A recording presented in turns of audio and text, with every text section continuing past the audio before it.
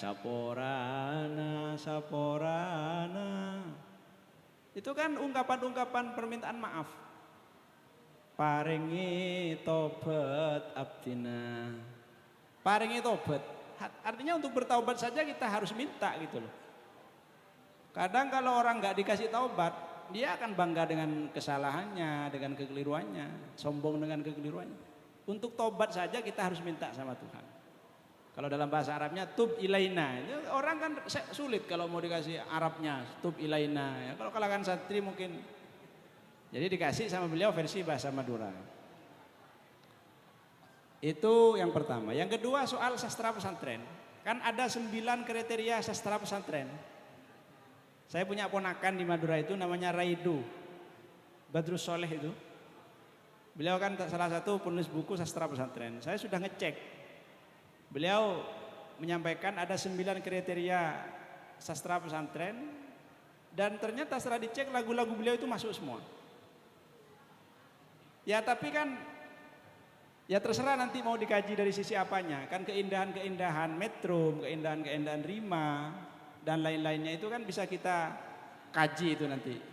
Termasuk pengaturan apa ya, tekanan-tekanan konsonan macam-macam itu, perpaduan dengan nada, kemudian dengan aransemen lagunya sendiri. Selamat datang Pak Bupati Situbondo. Panitia. Saya kira nanti bisa dianalisis ya. Karena kalau dalam bahasa pendekatan-pendekatan dalam ilmu tasawuf itu Allah Subhanahu wa taala sering melakukan tanazzul. Tanazzul itu apa ya istilahnya ya? Mendekatkan atau mengkomunikasikan dengan makhluknya yang sifatnya ada di bawah. Itu tanazzul. Nabi Muhammad SAW dalam sifat basyariahnya itu sebetulnya dalam rangka itu. Beliau sebetulnya wangi walaupun tanpa pakai minyak. Tetap beliau pakai minyak wangi, senang minyak wangi. Beliau sebetulnya harum walaupun nggak mandi. Tapi beliau tetap mandi. Itu semua dalam rangka tanazzulat itu. Dalam rangka pendampingan kepada manusia yang memang menjadi objek sasaran dakwah dan risalahnya beliau.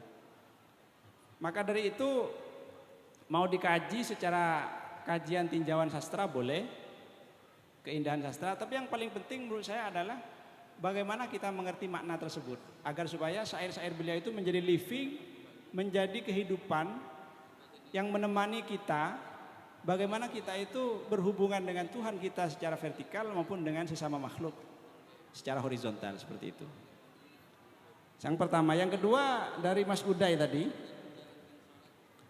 saya mengklasifikasi lagu beliau dengan 2 model ya, ilahiyat dan nabawiyat. Itu kalau mengaca sama tradisi klasik, tradisi genealogi syair-syair klasik.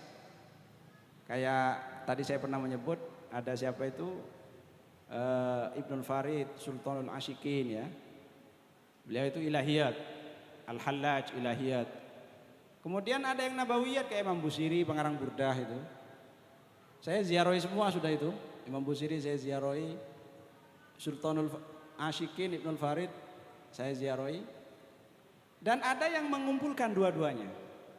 Kalau di Mesir itu ada Siti Ali Wafa. Itu syair-syairnya itu kalau enggak kepada Allah ya kepada Nabi. Saya kira itu sama. Jadi kalau ditinjau dari 2 tradisi bersyair ini, beliaunya juga sama begitu.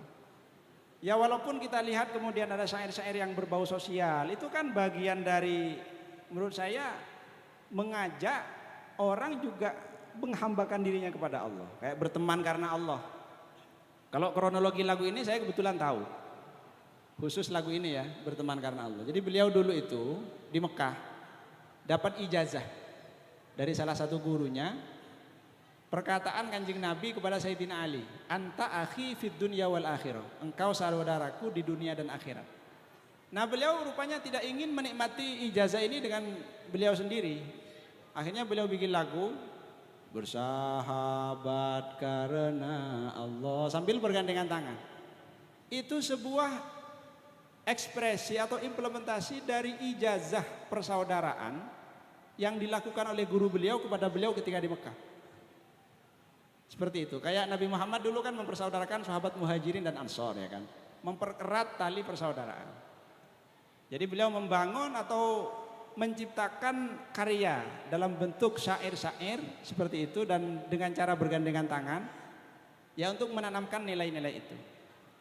Dan yang perlu diketahui juga ya, kata beliau ini, orang itu kadang nggak bisa kalau cuma diajak apa ya pidato, dia kadang nggak bisa.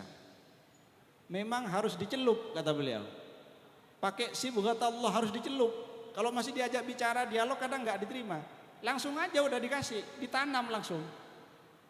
Nanti dia akan berubah warna kira-kira begitu. Sibghatullah itu artinya celupan Tuhan. Jadi kita itu seakan-akan sedang dibina, dibentuk atau dicelup, diwarnai gitu ya dengan lagu-lagu itu. Hanya orang-orang kampung, bahkan di Madura itu ceritanya teman-teman hadroh itu ada yang hafal sampai ratusan lagunya beliau. Bait keberapa itu apa, lagunya seperti apa. Padahal yang dekat-dekat aja nggak hafal.